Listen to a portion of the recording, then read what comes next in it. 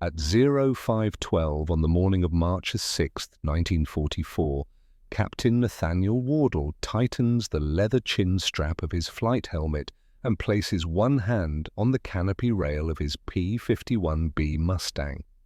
The metal is cold. England in early March is always cold. Behind him, the airfield at Royal Air Force Debden is alive with sound. 4-engine bombers warming up to the west. 200 B-17 flying fortresses, their propellers churning the pre-dawn darkness into a continuous roar that vibrates through the frozen ground. Wardell climbs into the cockpit. The seat fits him now after 3 months. The instrument panel glows faintly green in the darkness. Fuel gauges, oil pressure, coolant temperature, manifold pressure, tachometer, altimeter, artificial horizon. Each dial tells a story. Each number is a variable in an equation he has been solving since December. Today's target is Berlin. Not a symbolic raid, not a demonstration, a penetration mission deep into the heart of German airspace, 1,150 miles round trip. Further than any American fighter has ever escorted bombers. Further than most people believe is possible. The mission exists because of this aircraft. Wardell's Mustang carries 2 external 75-gallon drop tanks mounted beneath the wings. Together with internal fuel, total capacity is 489 gallons. At cruise settings, fuel consumption runs 65 gallons per hour. The mathematics are simple. 7.5 hours of endurance, range beyond 1,600 miles. But mathematics on paper and mathematics at 25,000 feet over enemy territory are different equations entirely. Fully fueled, the aircraft weighs 9,200 pounds, more than a Ford sedan. Yet the Packard-built Merlin engine will pull it skyward at over 3,000 feet per minute. This combination of range and performance is new to the air war, revolutionary, unprecedented. The P-51 Mustang was not supposed to be here.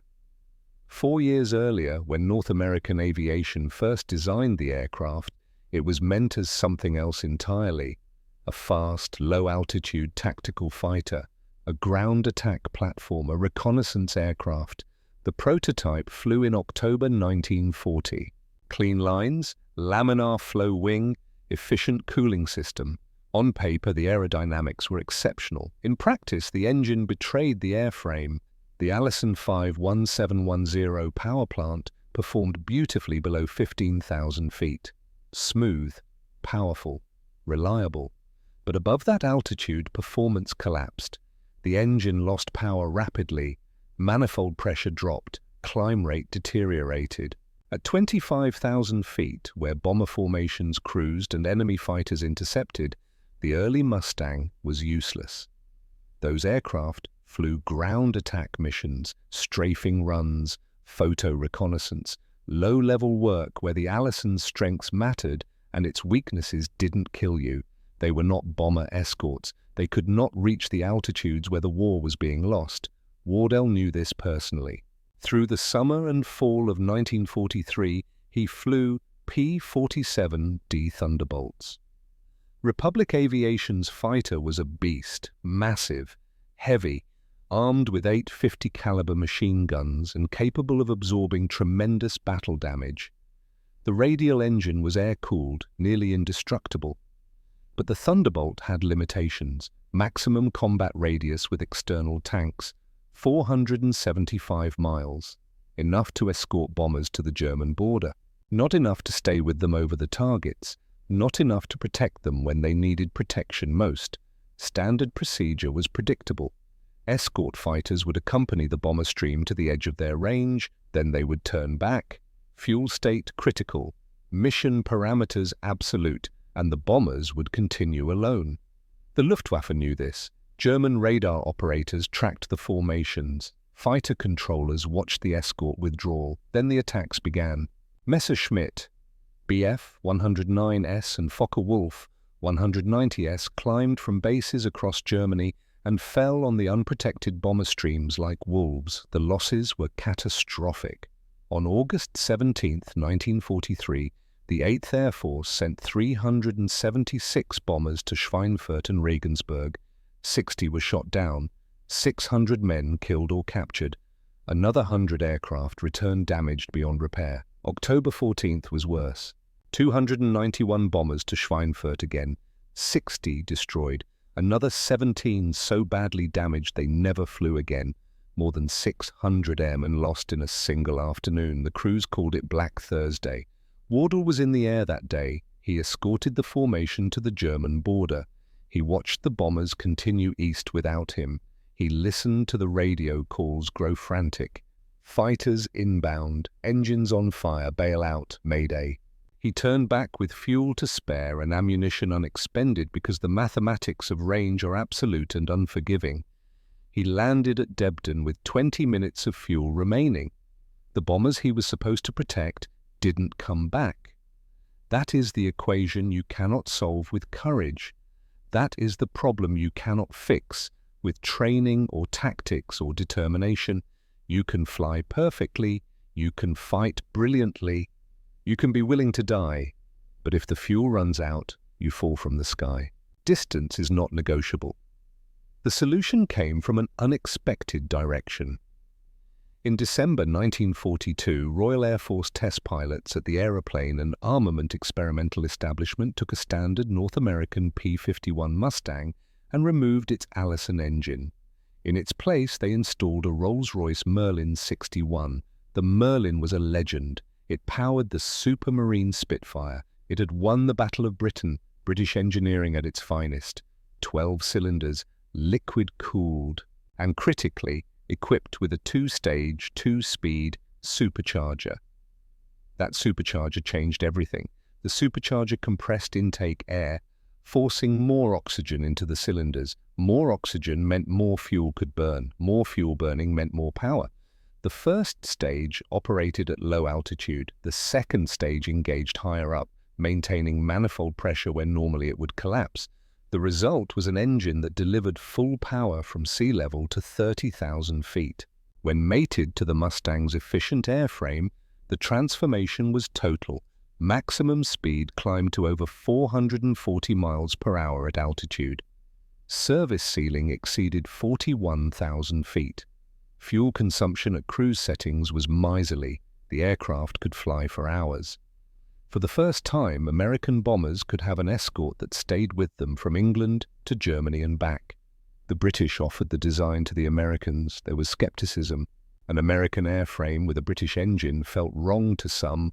National pride, industrial rivalry, the usual politics, but the mathematics were undeniable. Packard Motor Car Company was licensed to build the Merlin in the United States, designated the V16503. Production began in summer 1943. By November, the first P-51B Mustangs with Packard Merlins were arriving at fighter bases in England. Wardle was assigned to transition from the P-47 to the P-51 in late November. He approached the aircraft with professional skepticism. The differences were immediately apparent.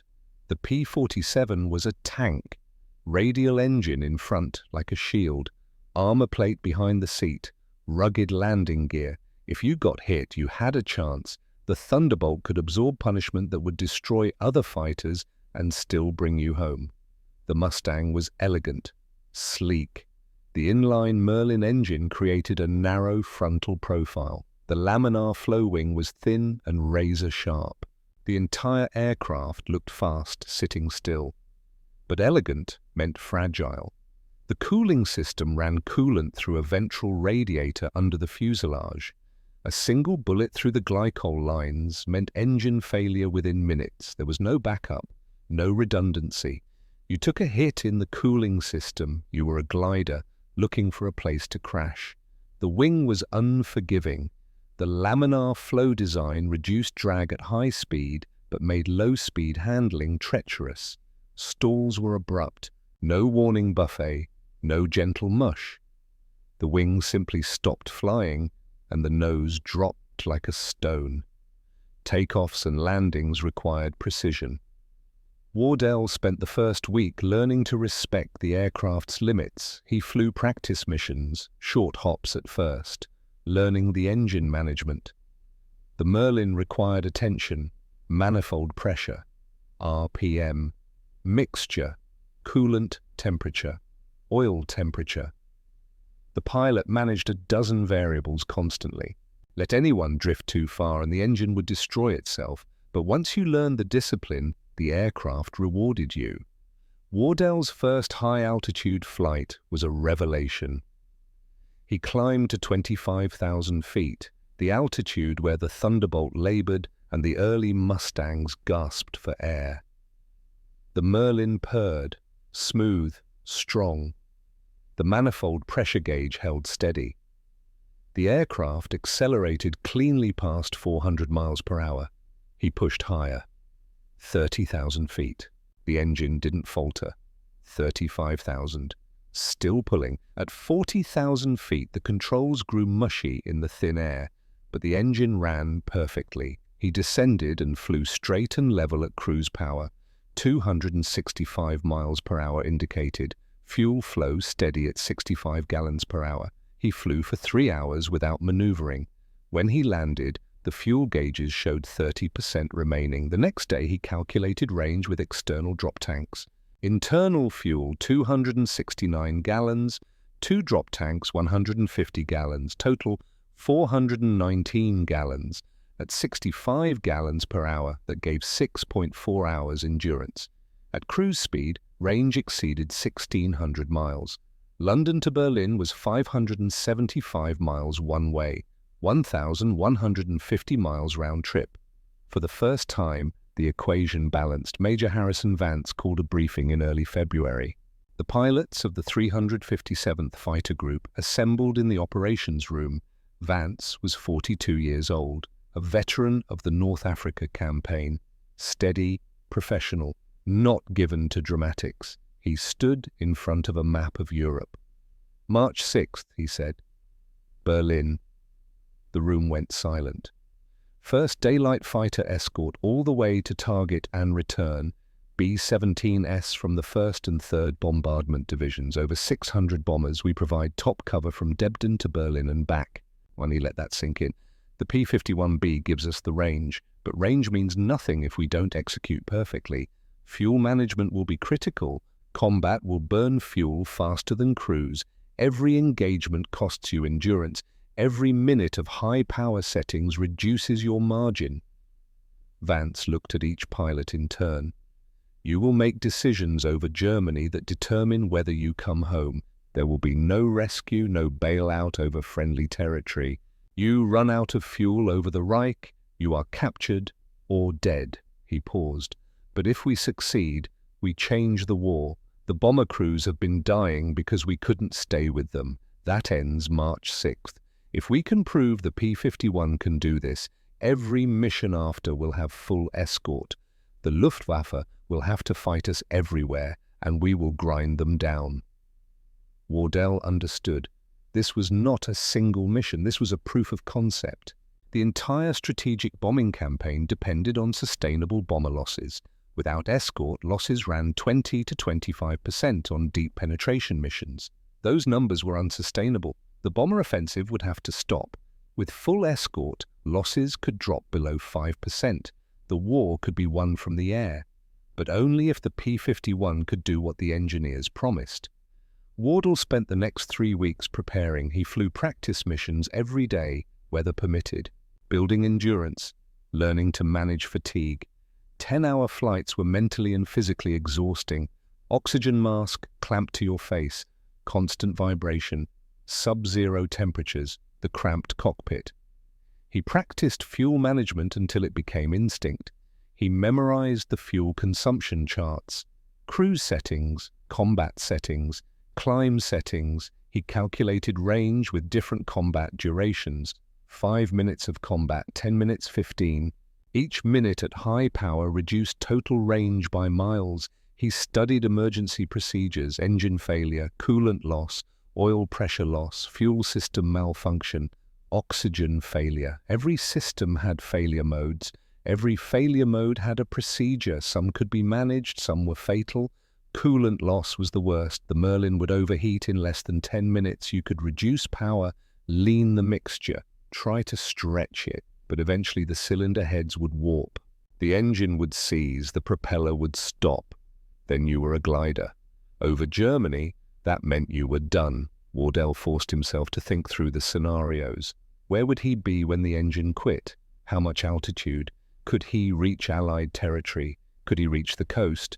The answers were usually no. So the solution was simple. Don't get hit. Don't take unnecessary risks. Don't chase kills into the weeds. Don't fixate on a single target. Stay aware, stay defensive. The mission was escort, not glory, not kills. If every bomber came home and no P-51 shot down a single enemy fighter, the mission was a success. That was the mental discipline required. The night of March 5th, Wardell walked the flight line alone. The P-51Bs sat in neat rows, dark shapes against the darker sky. Ground crews were finishing final preparations. Fuel tanks topped off, ammunition loaded, oxygen bottles charged. Wardell found his aircraft. Tail number 4, 3287. He ran his hand along the leading edge of the wing. The metal was cold and smooth. The laminar flow surface was perfectly flush. No rivets, no protrusions, just clean aerodynamic efficiency. He walked around the aircraft, checking, inspecting, not because he didn't trust the crew chief, but because this was ritual, this was control. He checked the drop tanks, both secure, feed lines connected, fuel quantity verified. 489 gallons total. He checked the guns, 6 Browning 50 caliber machine guns, 3 in each wing, 270 rounds per gun, 1,620 rounds total. At standard firing rates, that was approximately 20 seconds of continuous fire. No pilot wasted ammunition. Controlled bursts, 2 to 3 seconds maximum. Aim, fire, assess, re-engage or break off. He checked the control surfaces. Ailerons free and correct. Elevators free and correct. Rudder free and correct. Trim tabs set for takeoff. He checked the landing gear. Tires inflated. Struts extended. No hydraulic leaks. He checked the propeller. Blades clean. No nicks. No damage. Spinner secure. Everything was perfect. The crew chief approached. Technical Sergeant Browning, 50 years old, 30 years in aviation. He knew more about the Merlin engine than the Packard engineers. "She's ready, Captain," Wardell nodded. "Fuel? 489 gallons verified. Drop tanks are full and feeding correctly. Engine? Fresh oil change, coolant system pressure checked. All temps normal on ground run this afternoon. She's running clean. Guns? Bore sighted yesterday. Harmonized at 300 yards, 1620 rounds loaded." Wardell looked at the aircraft one more time. "Thank you, Sergeant." Browning hesitated. "Sir, bring her back." Wardell met his eyes. "That's the plan." He walked back to the barracks. Tomorrow would begin at 04:30, 4.5 hours from now. He needed sleep, but sleep didn't come easily. He lay in the darkness and ran through the mission profile again. Takeoff 0512, rendezvous with bombers at 7,000 feet over the North Sea, climb to 25,000 feet, cross the enemy coast at 0740, Berlin at approximately 0945, combat over target area, return leg, strafe targets of opportunity if fuel permitted, coast out around 1300 hours, land Debden by 1500, 10 hours gate to gate, the longest fighter mission ever attempted. The mathematics were tight, fuel margins were thin, combat would burn reserves quickly, headwinds would eat into range. Any deviation from plan could be fatal, but the mission was necessary. Wardell thought about the bomber crews, 10 men per B-17, 600 bombers meant 6,000 men. Those men were counting on the fighters to stay with them, to protect them, to keep the Luftwaffe off their backs long enough to drop their bombs and turned for home. For 2 years, the fighters had failed them, not through lack of courage, not through lack of skill, through lack of range. Tomorrow, that changed. Tomorrow, the P-51 Mustang would prove that engineering could bend the laws of fuel consumption and aerodynamics just far enough to make the impossible routine. Tomorrow, American fighters would reach Berlin, and if Wardell and his fellow pilots did their jobs correctly, they would come home. He closed his eyes. The Merlin engine's sound was already in his head. The smooth 12-cylinder hum. The sound of power and precision. The sound that would carry him across Germany and back. 4 hours until wake-up. 4.5 hours until engine start. The mission that would change the air war was 9 hours away. Wardell forced himself to breathe slowly, to quiet his mind, to find rest. Outside, the wind moved across the airfield. The bombers were silent now, waiting. Everything was waiting. For dawn, for Berlin, for proof. At 0430, the alarm clock shatters the darkness. Wardell doesn't remember falling asleep. He remembers staring at the ceiling, running fuel calculations. Now someone is shaking his shoulder, and there is light coming through the window. He dresses in the cold. Long underwear, wool shirt, wool trousers, leather flight jacket. The jacket is heavy, lined with sheep's wool. It will be necessary. At 25,000 feet, the outside air temperature will be 40 degrees below zero. The mess hall serves breakfast, powdered eggs, toast, coffee. Wardell eats mechanically. The food is fuel, nothing more. Around him, other pilots eat in silence. 16 men from the 357th Fighter Group. Some are veterans with 20 missions. Some are on their 3rd combat flight. All of them understand what today means. Major Vance enters at 0500. Weather is acceptable, ceiling 10,000 feet over the channel, clear over the continent. Winds aloft at altitude are 15 knots from the west. That's headwinds outbound, tailwinds home. Headwinds meant higher fuel consumption. Wardell mentally adjusted his calculations. 15 knots wasn't catastrophic, but it reduced margin. Bombers are launching now. We take off 0512. Rendezvous point is 51 degrees north, 2 degrees east at 7,000 feet. We'll climb with them to 25,000 and maintain escort formation all the way to IP initial point, the beginning of the bomb run over Berlin. After bombs away, we're cleared for free hunt, airfield attacks, ground targets, fighter sweeps. But watch your fuel state. No heroics if it means you don't come home. Vance looked at each man. This is the mission we've been training for. Fly smart, fly disciplined, bring each other home. He paused. Gentlemen, start engines at 0510.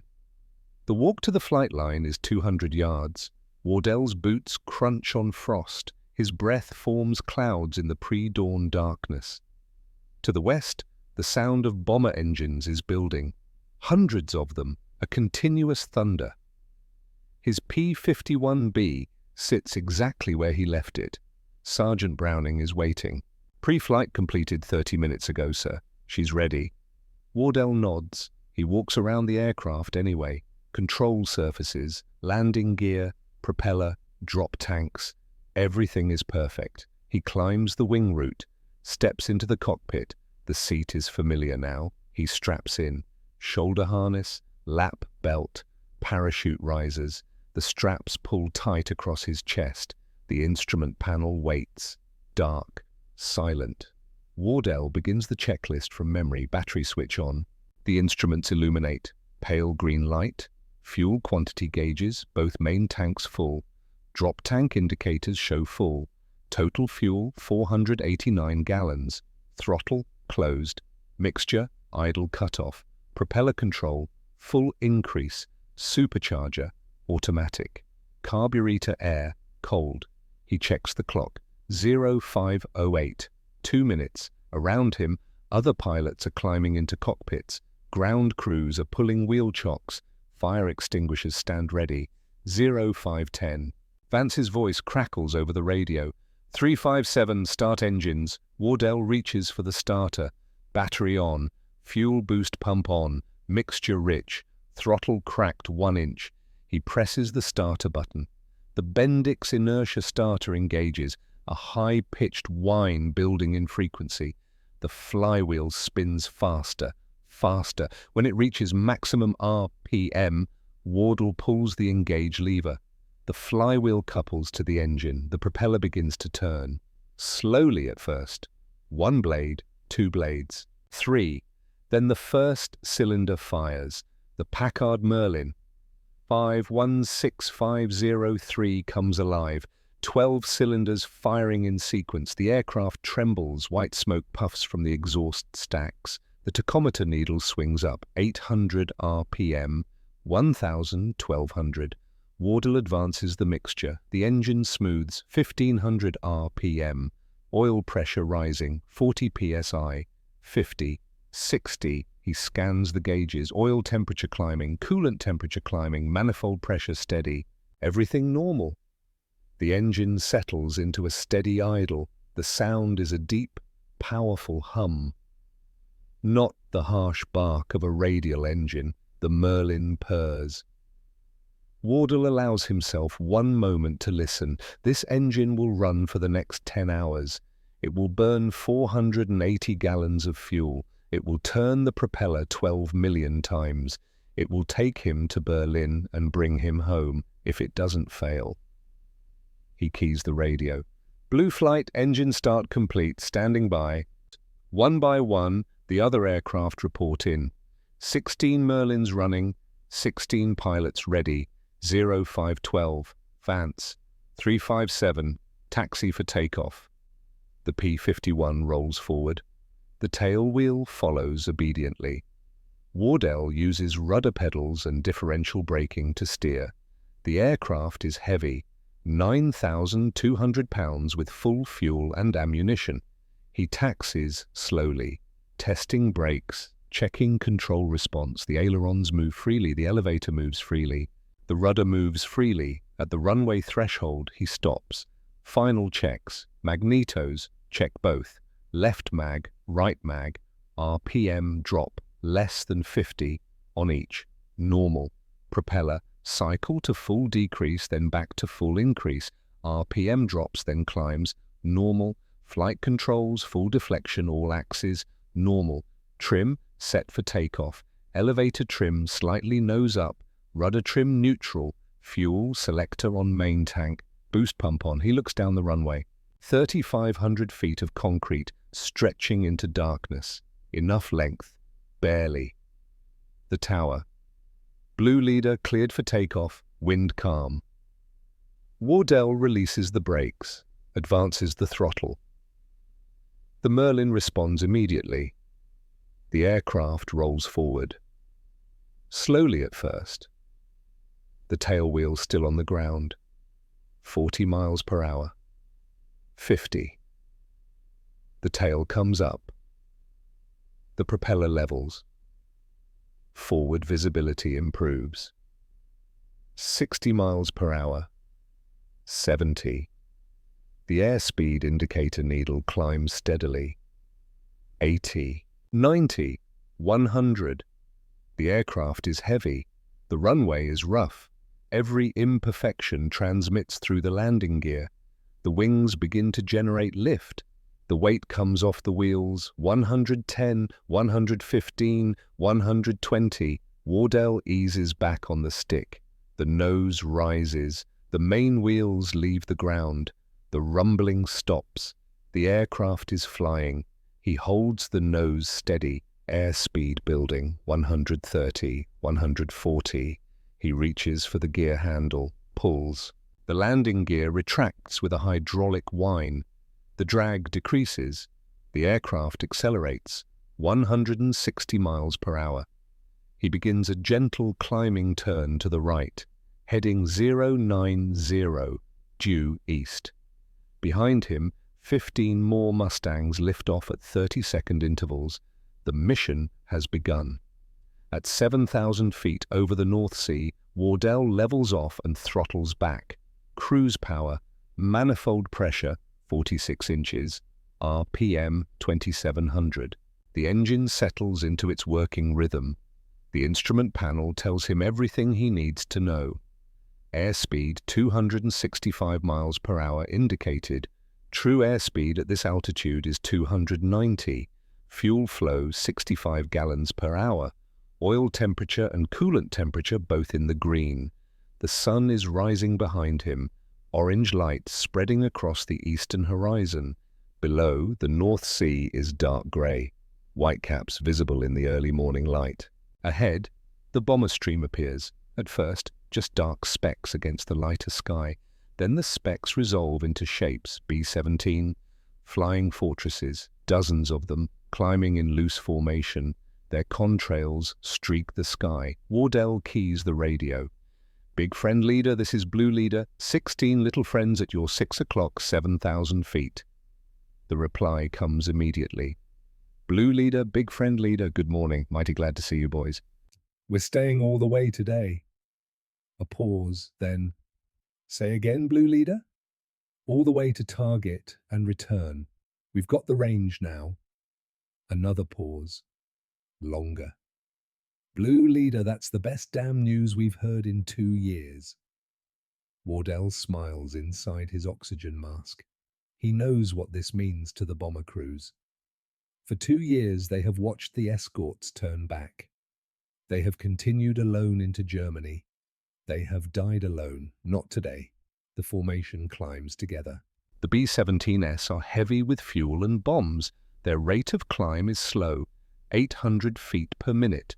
The Mustangs circle lazily above them, maintaining position. At 25,000 feet, the formation levels. The bombers settle into cruise, 170 miles per hour. The Mustangs throttle back and weave gently. S turns to avoid overtaking the slower bombers. Wardell checks his position. Altitude 25,000 feet, heading 105, airspeed holding steady. Time 0640. He glances at the fuel gauges. Main tanks reading 95%. Drop tanks feeding normally. Total fuel used 29 gallons in 90 minutes. The numbers match perfectly. He scans the sky. Clear above, clear to both sides. Below, a solid undercast of clouds. Visibility unlimited. This is the part people don't understand.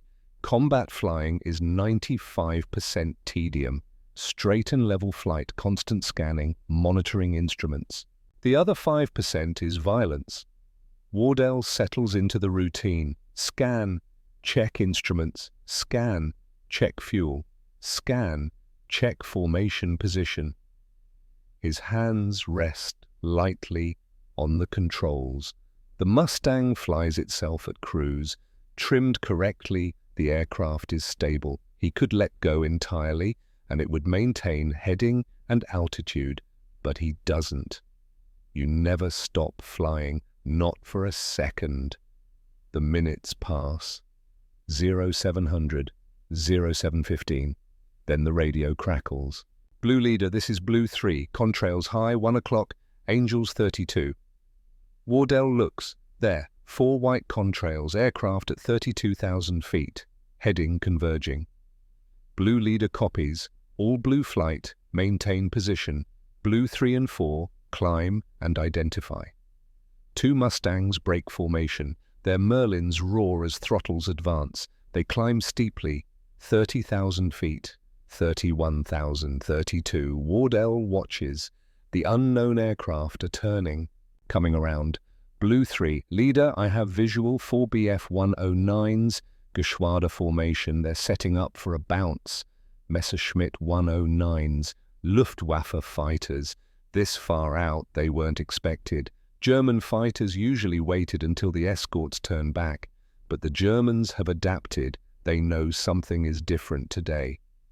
Blue flight, prepare to engage. Protect the bombers. Wardell advances his throttle.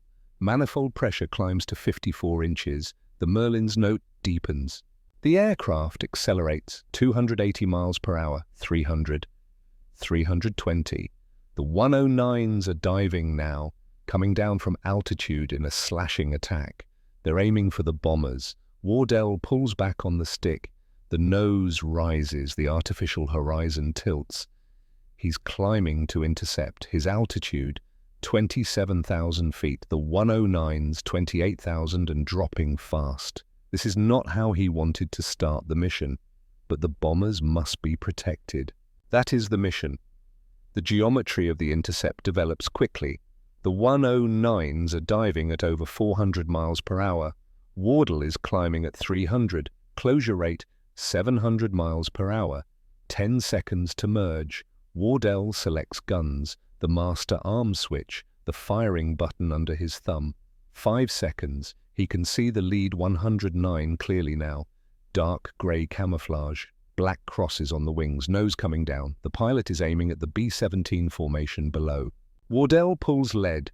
The gun sight pipper swings ahead of the 109's flight path. Deflection shooting. Aim where the target will be, not where it is. 2 seconds. He squeezes the trigger. The aircraft shudders as all 650 caliber Browning machine guns fire. The sound is a continuous hammering roar. Spent brass casings tumble past the canopy. 80 rounds per second pouring into the sky. 3-second burst.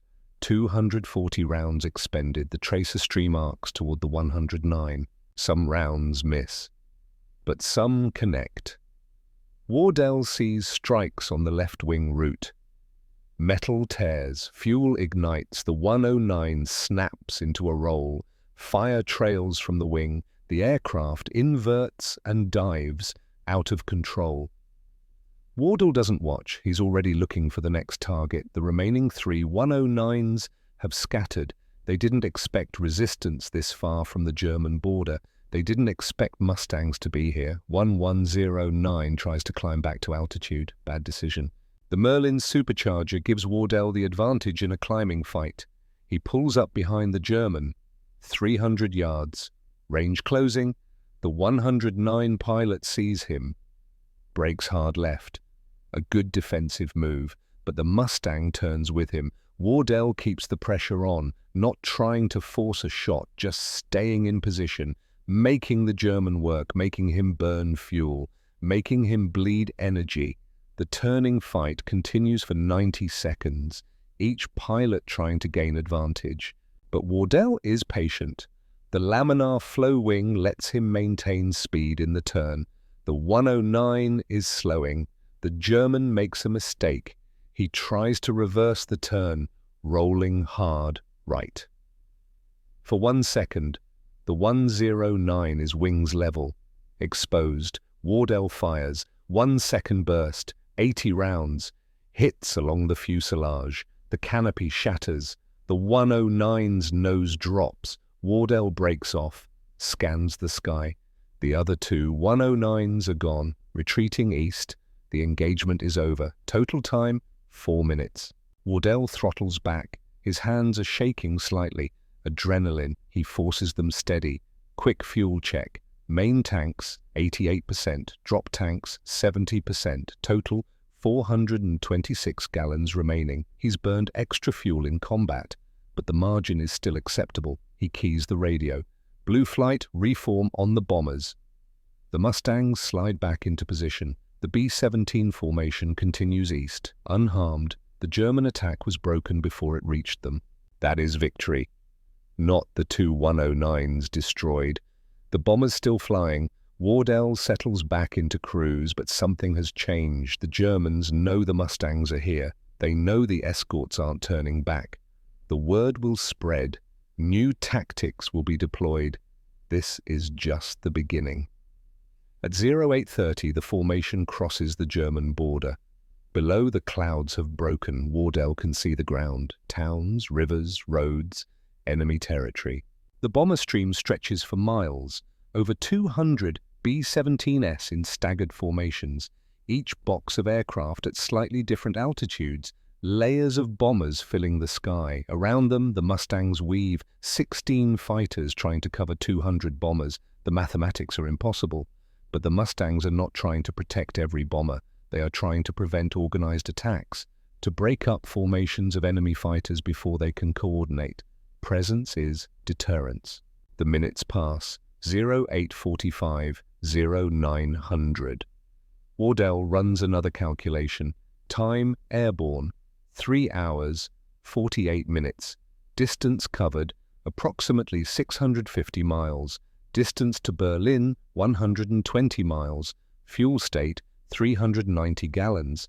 Consumption so far matches the plan, but combat burned extra. Every engagement costs endurance. The numbers are tight, but manageable. He scans the sky, searching for threats. The bomber crew's radio occasional chatter, nervous jokes, position checks. At 0915, the radio erupts. Bandits! Hi, 12 o'clock. Wardell looks up. There. Contrails, many of them, 20 or more, BF-109s and FW-190s, a major attack forming. The Luftwaffe is committing everything they have. This is what the German fighters have been waiting for, the moment when the escorts should turn back, when fuel state should force the Americans to withdraw. But the Mustangs are not withdrawing. The German formation falters. Confusion. The Americans are still here, this far into Germany. Wardell smiles coldly. Surprise is a weapon. Blue flight, engage. Keep them off the bombers. The Mustangs climb, throttles forward, manifold pressure to war emergency power, 67 inches. The Merlins roar. The German fighters come down. A massive furball develops. Aircraft everywhere, turning, diving, climbing. Wardell stays high. Discipline. He does not chase individual targets. He watches the bomber formation. Any German fighter that commits to attack the B-17S, he intercepts. A FW-190 rolls in from above, diving toward the lead bomber box. Wardell turns hard. 6G turn. The G-suit inflates around his legs, restricting blood flow, keeping him conscious. He pulls lead on the 190, fires, misses. The 190 is fast in the dive. But the German breaks off the attack. He's seen the Mustang. He's no longer committed. That is victory enough. The fight continues for 10 minutes. Swirling chaos. Other Mustang pilots call out kills. 2 109s down, 1190, smoking. But the bomber formation is intact. The German attack is broken. Finally, the enemy fighters break off, diving away. Withdrawing, Wardell reforms Blue flight. All 4 aircraft accounted for, some damage. Blue 2 took hits in the tail, but still flying. His fuel gauge is red, main tanks 72%. Drop tanks empty and jettisoned during combat. Total fuel remaining 320 gallons. Time airborne 4 hours 5 minutes. Time over target now. Berlin appears ahead, a massive city sprawling across the landscape. Rivers, lakes, industrial complexes, rail yards, and flak. Hundreds of anti-aircraft batteries opening fire. Black puffs filling the sky. 37mm, 88mm, 105mm. The B-17 formation begins its bomb run. Straight and level, bomb bay doors opening, 6 minutes. The bombers must fly straight and level for 6 minutes. No evasive action. The bombardiers need stable platforms to aim. 6 minutes exposed to flak. The Mustangs can do nothing about flak. They circle above the formation, watching for fighters. But the Luftwaffe has withdrawn. The German fighters are landing, refueling, rearming. The flak is intense. Wardell watches a B-17 take a direct hit. The right wing separates. The aircraft rolls inverted and falls. He counts parachutes. 3, 4, 5. Not enough. 10 men were on that bomber. Another B-17 is hit in the number 3 engine. Fire. The propeller windmills. The crew feathers it. The fire goes out. The bomber stays in formation on 3 engines.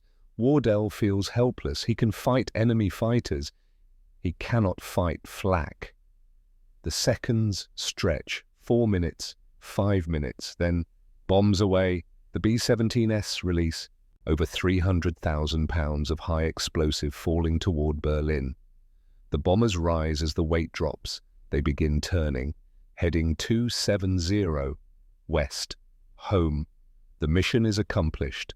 American bombers have struck Berlin in daylight, and American fighters escorted them all the way. But the mission is only half complete. Now they must return 600 miles to the English coast. Wardell's fuel, 315 gallons. At 65 gallons per hour cruise, that gives 4 hours, 50 minutes endurance. Return flight time, approximately 3 hours, 20 minutes. Margin, 90 minutes. Comfortable if nothing goes wrong. Major Vance's voice on the radio. All fighters free hunt authorized. Targets of opportunity, but watch your fuel state. Wardell looks down. Below, a Luftwaffe airfield. He can see aircraft parked in revetments. A target. He has ammunition remaining, 1,200 rounds. And he has margin. He makes a decision. Blue flight, follow me down. The dive is steep. Wardell rolls inverted and pulls. The nose drops toward the vertical. The airspeed builds rapidly. 300 miles per hour, 350, 400. At 5,000 feet, he rolls upright and pulls out.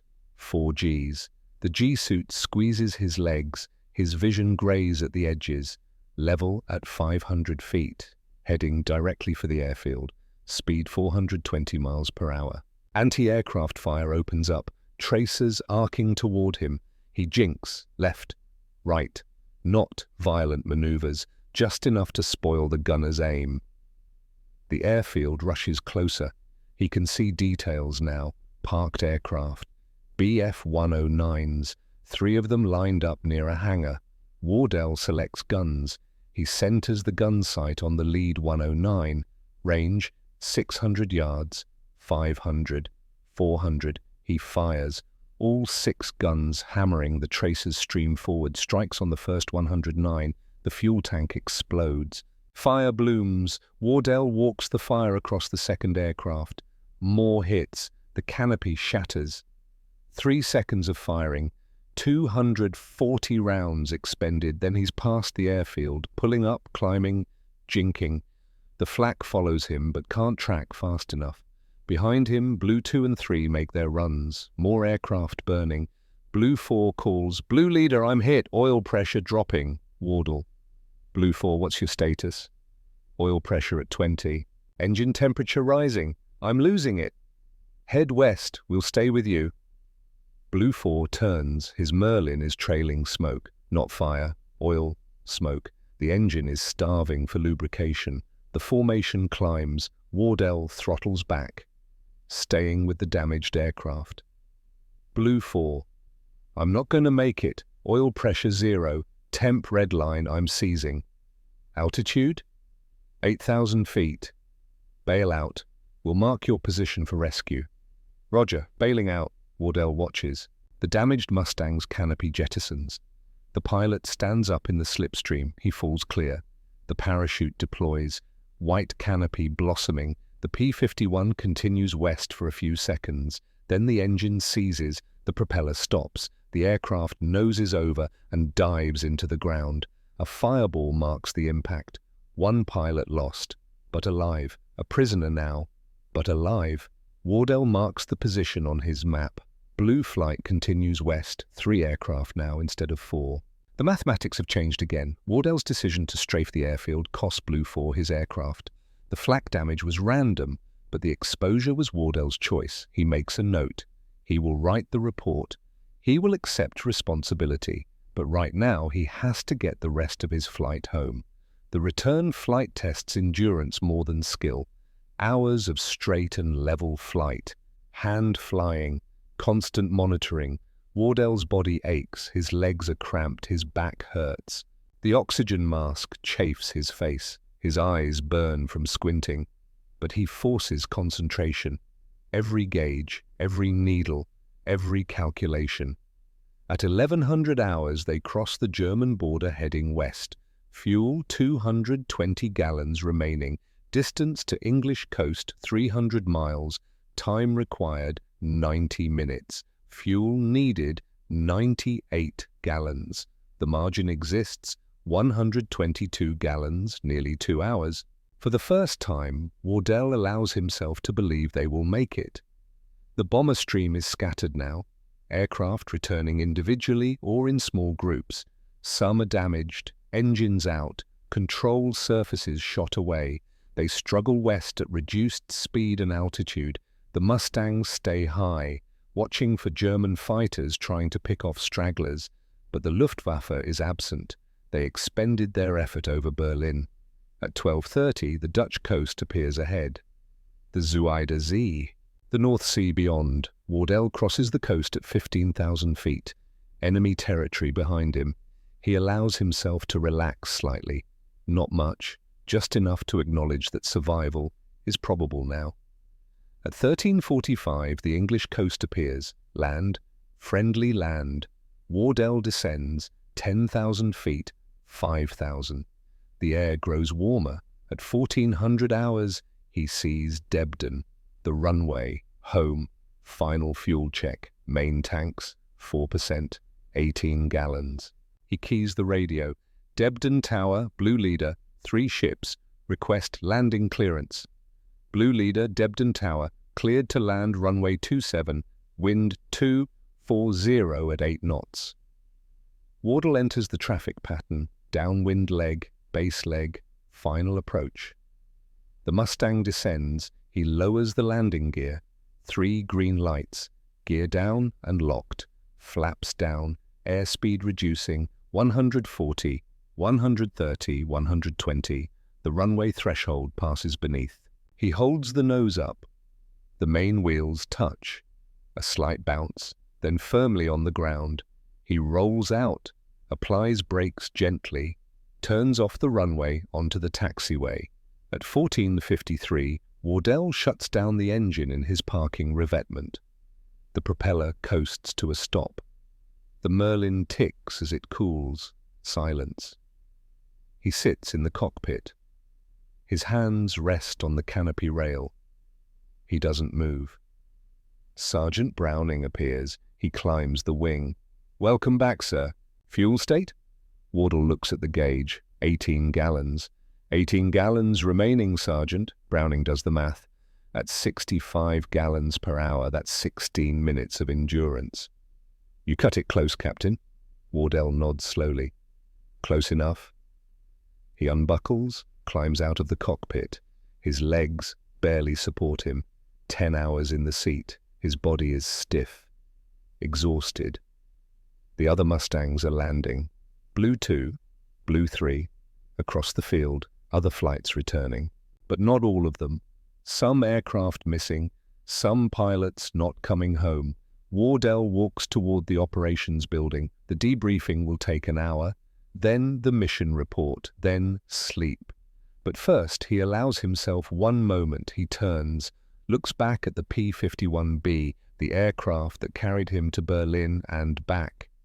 The ground crew is already swarming over it, checking for damage, refueling, rearming.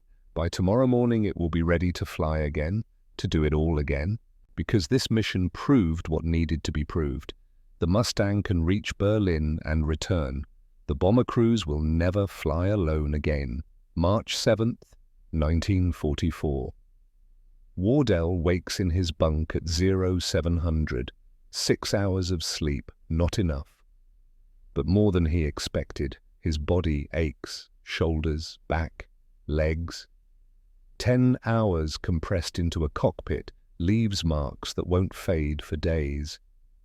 He dresses slowly, every movement deliberate. His hands are stiff.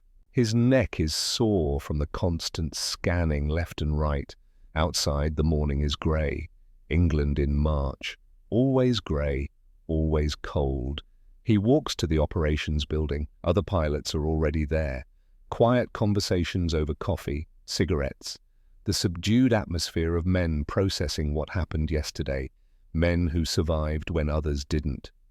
Major Vance is at the map table. Red pins mark the route to Berlin and back, 1,150 miles. Blue pins mark aircraft losses. 3 blue pins on the return leg over Germany. 3 P-51s that didn't make it home, but yellow pins mark bomber losses. Only 4 yellow pins out of 120 bombers that flew. 4 bombers, 40 men. Vance sees Wardell, nods toward the map. Intelligence finished the analysis overnight. Previous Berlin raids without full escort averaged 26% losses. Yesterday, 3.3%.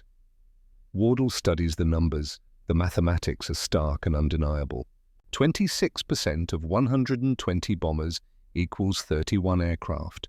310 men killed or captured. Bodies falling through 30,000 feet of frozen air. Parachutes that don't open. Aircraft exploding. Crews burning. 3.3% equals 4 aircraft. 40 men lost instead of 310. The difference, 270 lives saved. Saved because fighters stayed with them all the way to target and back. Saved because the P-51 had the range to make it possible. Vance continues, his voice steady and professional. 8th Air Force Command issued new operational doctrine at 0500 this morning. All deep penetration missions will have mandatory P-51 escort from departure to target and return. No exceptions, no debate. Production status? Packard is increasing Merlin output. North American is ramping up airframe production to 500 P-51s per month. Every fighter group in the 8th Air Force transitions to Mustangs by August. Wardell absorbs this information. One successful mission has validated an entire program. Yesterday proved the concept works. Now the industrial machine responds with overwhelming force. 500 Mustangs per month. By summer, the 8th Air Force will have over 1,000 P-51s in theater. By fall, 1,500. The Luftwaffe will have nowhere to hide. Vance looks at each pilot in the room. You're all grounded today. Rest. Maintenance will prep your aircraft. Tomorrow we do it again. Frankfurt, same profile, same mission parameters. Wardell nods. He already knew this was coming. Yesterday was not about one heroic mission. Yesterday was about proving a system that must now be repeated. Again and again, every day, until the Luftwaffe cannot respond. Until German fighter losses exceed their ability to replace pilots and aircraft. This is attrition warfare in its purest form. And attrition warfare is won with mathematics and persistence, not individual acts of valor.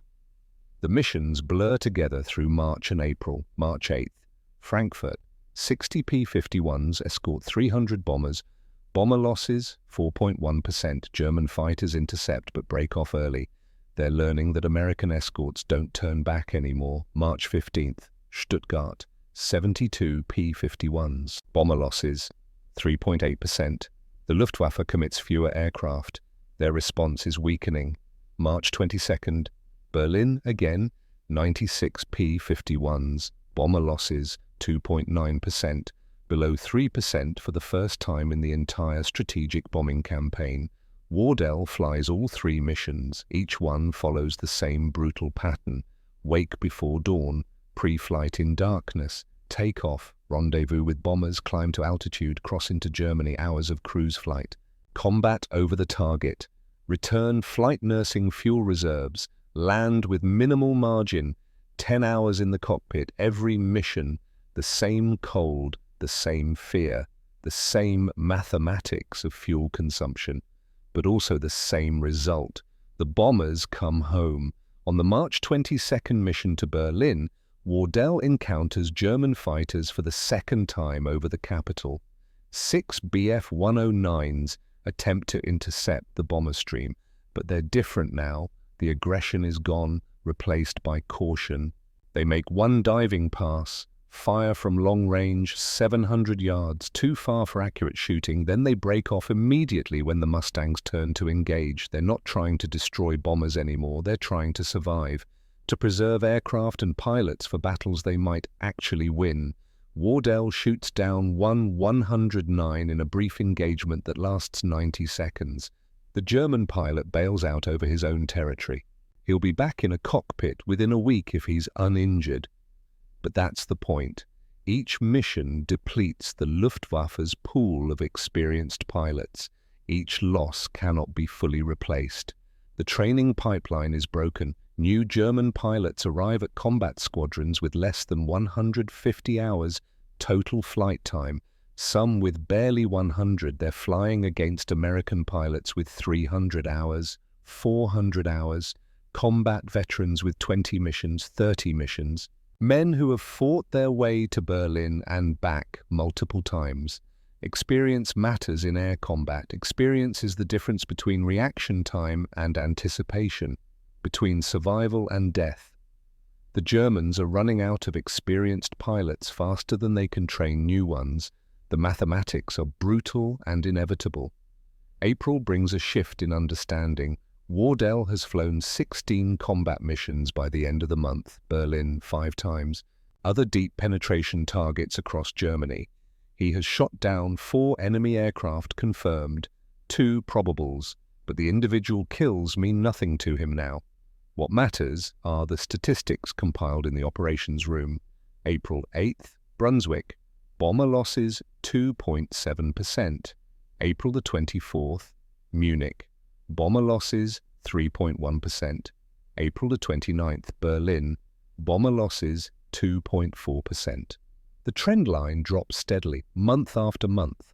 The numbers don't lie, and on the German side, the losses mount catastrophically.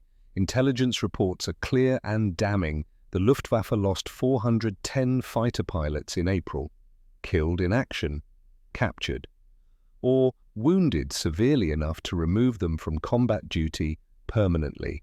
German training schools graduate 180 pilots per month. The mathematics are simple. Germany is losing 230 fighter pilots per month, more than they can replace.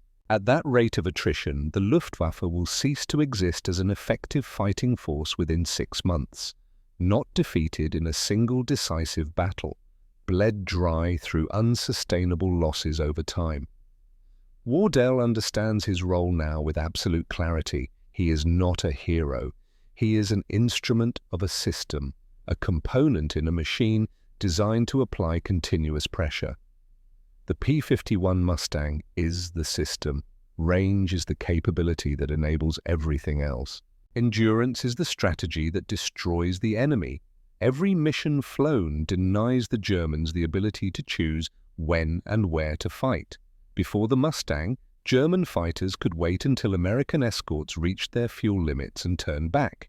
Then they could attack vulnerable bombers with impunity. Now, the escorts never turn back. German fighters must engage American fighters over their own territory. They must climb to altitude, burning fuel. They must fight at a tactical disadvantage. And when damaged, they must land on airfields now within reach of strafing Mustangs on the return leg. There is no sanctuary, no safe period, no respite. This is how air superiority is achieved in modern warfare, not through spectacular victories in individual combat, through relentless pressure applied day after day, through showing up when the enemy expects you to quit, through staying when withdrawal seems inevitable. Wardell flies his missions. He does his job. He brings his aircraft home. He files reports. He sleeps. He wakes. He flies again. This is war. Not the dramatic version described in newspapers and radio broadcasts. The real version, repetitive, exhausting, mathematical, and devastatingly effective. By late May, the character of the missions changes noticeably. The bomber streams encounter diminishing resistance. German fighter attacks become sporadic and poorly coordinated. Sometimes entire missions proceed without enemy contact. The Luftwaffe is conserving strength, husbanding dwindling resources, pulling back from unwinnable fights, preparing for something larger. On June 1st, Major Vance calls a full group briefing. Every pilot in the 357th attends. The operations room is packed. Vance stands before a large map of France. The Normandy coastline is marked with red circles, beaches designated by code names: Utah, Omaha, Gold, Juneau, Sword. Gentlemen, what I'm about to tell you is classified at the highest level. You will not discuss this information outside this room. You will not write about it in letters home. You will not mention it in conversation with anyone not present in this briefing. The room falls completely silent. Within the next week, Allied forces will invade German-occupied France. Operation Overlord, the largest amphibious operation in human history. Over 150,000 men in the first wave, 5,000 ships, 13,000 aircraft, airborne drops behind enemy lines, beach landings under fire. He pauses to let the magnitude sink in. Our mission is to ensure the Luftwaffe cannot interfere with the invasion. We will fly continuous air superiority patrols over the landing beaches. We will strafe German airfields to destroy aircraft on the ground. We will intercept any enemy aircraft that attempts to reach the invasion fleet. We will deny Germany the ability to attack our forces during the most vulnerable phase of the operation. Vance's voice hardens. Everything we have done since March has been preparation for this moment. The Luftwaffe has been weakened through sustained attrition. Their pilot strength is down 40% from January. Aircraft availability is critically low. They cannot mount sustained large-scale operations anymore, but they will try, and if they succeed in reaching the beaches during the landing phase, American soldiers will die. Thousands of them. Men wading through surf under machine gun fire. Men pinned down on beaches with nowhere to hide. He taps the map with his finger. We will not let German aircraft reach those beaches. The briefing continues for another hour. Patrol sectors, altitude assignments, communication protocols, fuel planning for extended loiter time over the combat zone. Wardell studies the maps. The logistics are staggering. The invasion will be the largest military operation ever attempted, and its success depends on Allied air superiority being absolute and uncontested. If the Luftwaffe breaks through, if German aircraft strafe the landing craft or bomb the beaches, the entire invasion could fail. The weight of that responsibility settles on every pilot in the room. June 5, 1944. The invasion is scheduled for dawn on June 6th, but the weather is marginal. Low clouds over the channel, high winds, rough seas that will make landing craft operations extremely difficult. Supreme Commander Eisenhower delays the invasion by 24 hours. The decision is agonizing but necessary. Troops remain loaded on ships, seasick, anxious, waiting. Paratroopers sit in their aircraft, equipment checked and rechecked, waiting. Fighter pilots stand by their aircraft, engines warmed and ready, waiting. Everyone waits. Wardell spends the afternoon of June 5th walking the perimeter of the airfield. His P-51 is fully prepared, fueled, armed, inspected. There is nothing left to do but wait. He thinks about the men on the ships. Infantry soldiers, most of them younger than him. Many of them have never seen combat. Tomorrow they will wade through the surf under direct fire from fortified German positions. They will cross beaches mined and wired and defended by machine guns. Many will die in the first minutes, before they reach cover, before they can fight back. His job seems abstract in comparison. Air superiority, what does that phrase mean to a rifleman pinned down on a beach? It means German aircraft cannot strafe the landing craft as they approach shore, cannot bomb the ships offshore, cannot provide reconnaissance to German artillery spotters who would rain fire on concentrations of troops. It means the soldiers on the beach fight only the enemy in front of them, not the enemy above them. That is worth something. That is worth everything he has done for the past 3 months. Wardell returns to the barracks as the sun sets. Tomorrow will begin before dawn. He needs rest. But sleep comes slowly. The anticipation is too great. The stakes too high. June 6th, 1944, D-Day. At 0430, the charge of quarters shakes Wardell awake.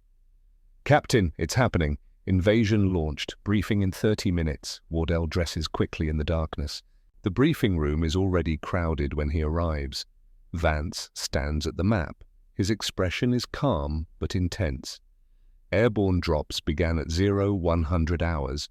Paratroopers from the 82nd and 101st Airborne are on the ground behind Utah Beach. British and Canadian airborne forces are east of the Orne River.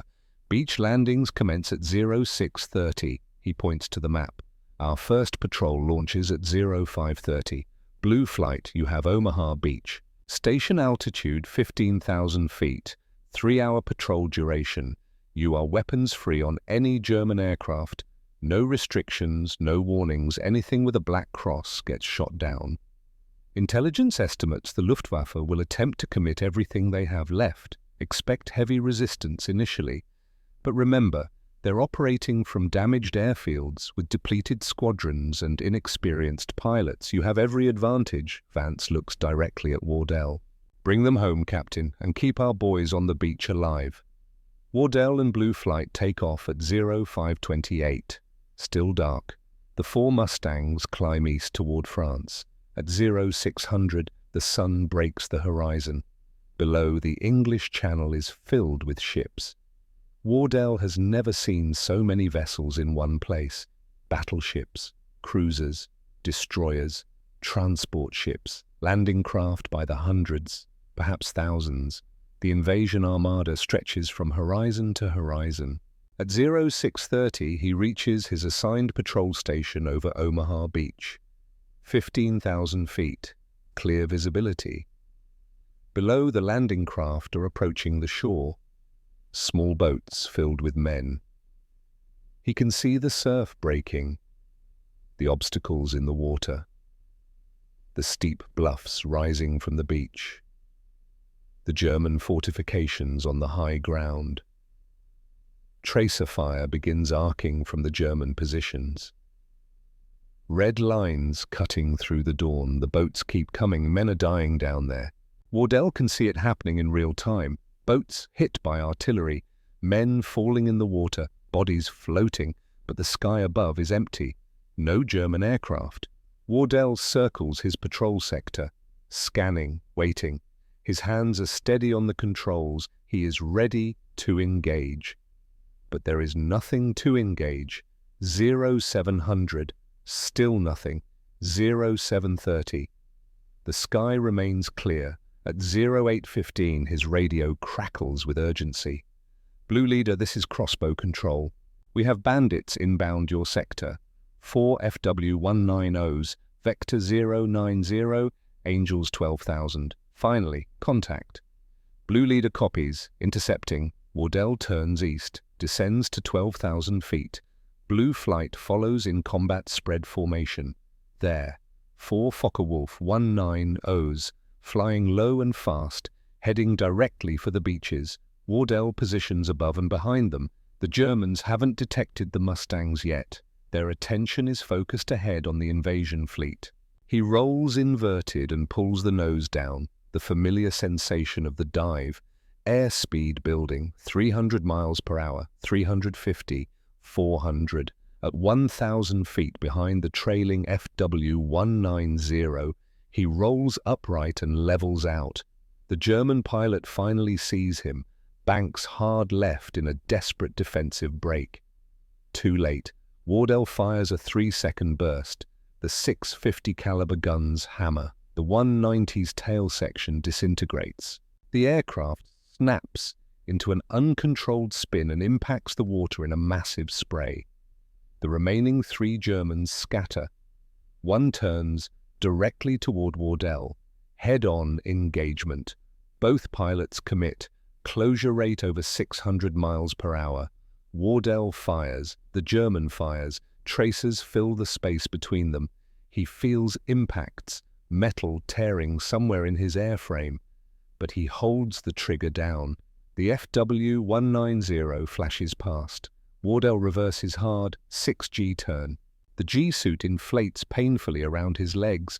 The German is climbing, trying to gain altitude advantage. but the Merlin pulls strong. Wardle is gaining on him. At 8,000 feet, the German levels out and attempts to run, but the P-51 is faster in level flight. Wardle closes to 300 yards. 250, 200, he fires. Short burst. Accurate. The 190's engine erupts in flames and black smoke. The canopy jettisons. The pilot bails out. Parachute deploys. Wardle doesn't watch. He's already scanning for the other two Germans. Gone. Retreating east. Not willing to press the attack against alerted fighters. Total engagement time, 3 minutes 40 seconds. He climbs back to patrol altitude. Checks his aircraft for damage. Holes in the left wing. Control response is normal. All engine instruments in the green. Oil pressure steady. Coolant temperature normal. He can continue the mission. He resumes patrol over Omaha Beach. For the next 2 hours, no other German aircraft appear. The sky belongs to the Allies. At 1100 hours, a fresh patrol relieves him. He returns to Debden. Lands, refuels, rearms. The ground crew patches the holes in his wing with aluminum patches and speed tape. At 13:30 he launches again. Second patrol of the day. Same sector, same mission. Again, minimal German resistance. 4 aircraft attempt to reach the beaches. All 4 are intercepted and shot down before they get within 5 miles of the fleet. By 1800 hours, Wardle has flown 3 patrols.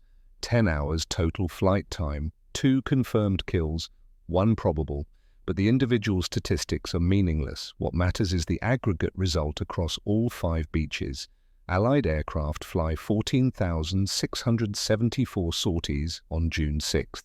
German aircraft fly 319 sorties. The ratio is 46:1.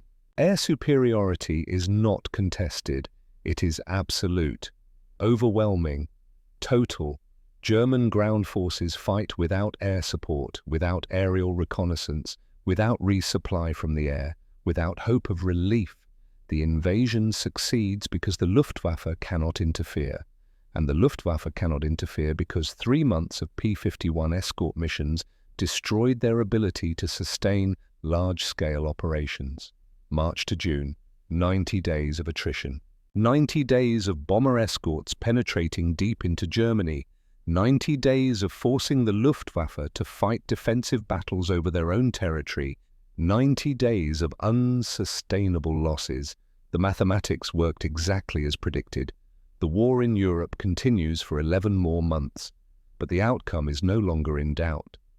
Wardle flies through the summer and fall of 1944, through the winter, into the spring of 1945. He flies 127 combat missions total. He accumulates 890 flight hours in the P-51 Mustang. He is promoted to Major, awarded the Distinguished Flying Cross, the Air Medal with 4 oak leaf clusters. His final combat mission is April 27, 1945. A fighter sweep over Bavaria, no enemy contact. German airfields are abandoned. Aircraft destroyed on the ground by their own retreating crews. Fuel exhausted. Pilots dead or captured. The Luftwaffe has ceased to exist as an effective fighting force. On May the 8th, Germany surrenders unconditionally. Wardle returns to the United States in June. He is 27 years old. He has survived when many others did not. He does not feel like a hero. He feels like someone who did a job and was fortunate enough to come home. He returns to Montana, to his father's ranch, to a life that seems impossibly quiet after years of Merlin engines and combat. He tries to forget, and mostly he succeeds. June 1950, North Korea invades South Korea. The fragile peace shatters. The United States responds with military force. The military recalls experienced pilots from the reserves. Wardle is 32 years old, married now, working as an aeronautical engineer, building a civilian life. He receives orders to report for active duty within 30 days. The aircraft he will fly, F-51 Mustang, the same aircraft he flew 6 years ago. Redesignated F for fighter instead of P for pursuit, but mechanically identical. The same Packard Merlin engine, the same laminar flow wing, the same 650 caliber guns. He reports to a base in Japan for refresher training. The transition is brief. He knows the aircraft better than the instructors teaching the course, but the mission profile is completely different. In Korea, jet aircraft dominate air-to-air combat. The Soviet-built MiG-15 is faster than any propeller-driven fighter. The F-51 cannot compete against jets in aerial combat, but the Mustang retains one critical advantage: endurance. The F-51 can loiter over the battlefield for hours, carry heavy loads of rockets and bombs, operate from rough forward airstrips that would destroy jet aircraft, provide close air support to ground troops in sustained operations. Wardell flies ground attack missions, low altitude, high risk, flak and small arms fire from every direction. The liquid-cooled engine is vulnerable. One bullet through the glycol cooling system means engine failure within minutes. Many F-51s are lost to ground fire, but mission success rates remain high. On September 15, 1950, Wardell flies a mission near Incheon that will fundamentally change his relationship with the aircraft he thought he understood completely. A Marine battalion is surrounded by North Korean forces, outnumbered 3-1, taking heavy casualties, calling desperately for air support. Wardell leads a flight of 4 F-51s armed with napalm canisters, high explosive bombs and rockets. The weather is terrible.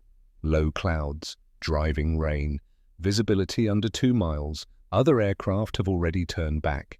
The conditions are too dangerous, but the Marines on the ground don't have the option to turn back.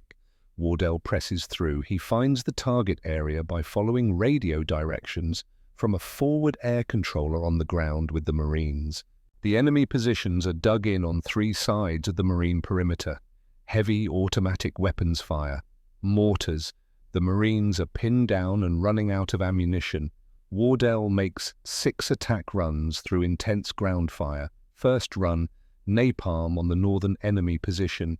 The jellied gasoline ignites and spreads. Screams on the radio. Men burning. Second run, rockets on machine gun positions to the east. Direct hits. The guns go silent. Third run, high explosive bombs on the western flank. The explosions tear gaps in the enemy line. Fourth run, strafing pass with 50 caliber guns. Tracers walking through enemy infantry attempting to advance. On the 4th run, his aircraft is hit. Oil pressure begins dropping. Temperature begins climbing. He's losing oil through a punctured line. 5th run, he makes it anyway. More rockets, more destruction of enemy positions. 6th run, the engine is overheating badly now. Temperature gauge in the red. Oil pressure at 20% and falling. He makes one final strafing pass, expends his remaining ammunition, then he turns for base. The engine is dying, knocking, missing, temperature critical. He nurses the crippled aircraft for 30 miles, reducing power, leaning the mixture, trying to stretch the dying engine as far as possible. At 5 miles from the nearest friendly airfield, the engine seizes. The propeller stops turning. He is a glider with no altitude and no options. He crash lands in a rice paddy. The aircraft is destroyed. The airframe breaks apart on impact. Wardell walks away with a dislocated shoulder and multiple contusions. Nothing worse. The Marines break out of the encirclement. 230 men survive who would have died without air support. 3 months later, Wardell receives the Medal of Honor for conspicuous gallantry and intrepidity at the risk of his own life above and beyond the call of duty. He accepts the medal at a ceremony in Washington, says the appropriate words, shakes hands with the president. But privately, the medal feels wrong. He was doing the same thing he always did. The mission required staying. The aircraft allowed him to stay. So he stayed. The F-51 Mustang gave him the capability to complete the mission despite damage. That's what the aircraft was designed to do. Stay in the fight longer than anyone expects. Wardell retires from the Air Force in 1953 at the rank of Lieutenant Colonel. He is 35 years old. He has survived 2 wars. He returns to Montana permanently, marries a schoolteacher named Catherine. They have 3 children. He works as an aeronautical engineer for Boeing, designs components for the new generation of jet fighters, F-86 Sabre, F-100 Super Sabre, F-4 Phantom. He never talks about the war. His wife asks him about it once early in their marriage. What was it like? Flying combat? He considers the question carefully before answering. Long. Mostly it was just long and cold. Hours of flying with nothing happening, then a few minutes where everything happened at once. She waits for more, but he doesn't elaborate. She never asks again. His children know their father was a fighter pilot. They know he flew in World War II and Korea. They don't know details. They don't ask. And he doesn't volunteer information. This is common among men of his generation, the ones who fought. They returned home. They worked. They built families and careers and communities. They did not dwell on the past. The past was necessary, but it was finished. The war was filed away. A chapter closed. 1975. Wardell is 57 years old. His children are grown. His career at Boeing is winding down toward retirement. His wife, Catherine, suggests a trip. There's an air show in California next month, the Confederate Air Force. They have restored warbirds. I saw in the newspaper they have a P-51 Mustang. He hasn't seen a Mustang in over 20 years. He agrees to go. The air show is held at a small airport outside San Diego. Thousands of people, families, children, veterans wearing old unit insignia on baseball caps. The restored aircraft sit on the flight line. B-17 Flying Fortress, B-24 Liberator, P-47 Thunderbolt. And there at the end of the line a P-51D Mustang, polished aluminum skin gleaming in the California sun, bubble canopy, 4-bladed propeller. The aircraft looks exactly as he remembers, sleek, purposeful, deadly. He approaches slowly. Other people are clustered around it, taking photographs, reading the information placard. He waits until they move on, then he steps closer. The laminar flow wing. He runs his hand along the leading edge. The metal is smooth. No rivets protruding, just pure aerodynamic efficiency. He walks around the aircraft, the same walk-around inspection he performed 127 times before combat missions. Landing gear, tires, brake lines, propeller blades, exhaust stacks, coolant scoop, gun ports. Everything is correct. Everything is as it should be. A young man in a flight suit approaches, the aircraft's owner. She's beautiful, isn't she? Fully restored. Took us 4 years. Flies like she just came off the production line. Wardell nods. Would you like to sit in the cockpit? He hesitates for only a moment. Yes. He climbs the wing route. The step is exactly where his foot remembers it should be. He slides into the cockpit. The seat fits him perfectly. His hands move to the controls automatically. Left hand on the throttle, right hand on the stick, feet on the rudder pedals. The instrument panel is dark, but every dial is exactly where it was 30 years ago. Airspeed indicator, altimeter, attitude indicator, manifold pressure gauge, tachometer, fuel quantity, oil pressure, coolant temperature. He could start this engine right now, in his sleep, without thinking. The young owner is watching from the wing. Did you fly in the war? Yes. What did you fly? P-51B, later P-51D, 8th Air Force, England. The young man's eyes widen with recognition and respect. Bomber escort? Yes. Did you fly to Berlin? 5 times. A pause. The young man is processing this. He's talking to someone who actually did it, who flew the missions, who risked everything. What was it like? Wardell looks at the instrument panel, at the throttle under his hand, at the gun sight above the cowling. How do you compress 10 hours in a cockpit into words that make sense to someone who wasn't there? How do you explain the mathematics of fuel consumption at 25,000 feet?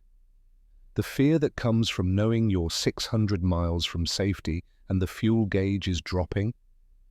The weight of knowing bomber crews are counting on you to stay when every instinct screams to turn back. He settles for the truth. It wasn't about courage, it was about showing up. The bombers needed escorts. "We had the range, so we went," the young man nods slowly. "Were you scared?" Wardell meets his eyes. Every single time, from engine start to shutdown, 10 hours of being scared. But more scared of letting them down than of dying. He touches the throttle again. Memories flood back. Not the dramatic moments, the quiet ones. The sound of the Merlin at cruise power. The endless scanning of empty sky. The mental arithmetic of fuel remaining versus distance to go. The young owner asks one more question. What made the Mustang special? Why did it change the war? Wardell thinks carefully before answering. Other fighters were faster, more heavily armed, more rugged, but this aircraft could stay. It could fly from England to Berlin and back. 1,600 miles, 10 hours. That changed everything. How? Before the Mustang, German fighters waited until our escorts ran out of fuel and turned back. Then they attacked the bombers. After the Mustang, we never turned back. They had to fight us over their own territory. They lost pilots faster than they could train new ones. In 6 months, they couldn't contest the air anymore. He pauses. It wasn't one big victory. It was showing up every day, staying when they expected us to quit. That's what broke them. Wardell climbs out of the cockpit. His movements are slower now, stiffer. Age and time have taken their toll. On the ground, he turns back to look at the aircraft one final time. The young owner extends his hand. "Thank you for your service, sir." Wardell shakes his hand. The phrase is well-meaning, respectful. But it doesn't capture the full truth. He did not serve alone. He thinks of Sergeant Browning, the crew chief who maintained the Merlin engine through 127 missions, who kept the aircraft flying when other planes were grounded for maintenance. He thinks of Major Vance, the squadron commander who trusted the fuel calculations and sent them to Berlin when everyone said it was impossible. He thinks of the bomber crews, the men who flew straight and level through flak because someone finally stayed with them all the way. And he thinks of the men who didn't come home. Lieutenant Morrison, engine failure over France, June 8, 1944. His name is carved on a memorial wall in Cambridge, England. Captain Hayes, no relation despite the shared surname. Shot down over the North Sea, November 2nd, 1944. Body, never recovered. Lieutenant Kowalski, hit by flak over Berlin, March 22nd, 1944. Bailed out, became a prisoner of war, survived the camps, died in a car accident in Cleveland in 1952.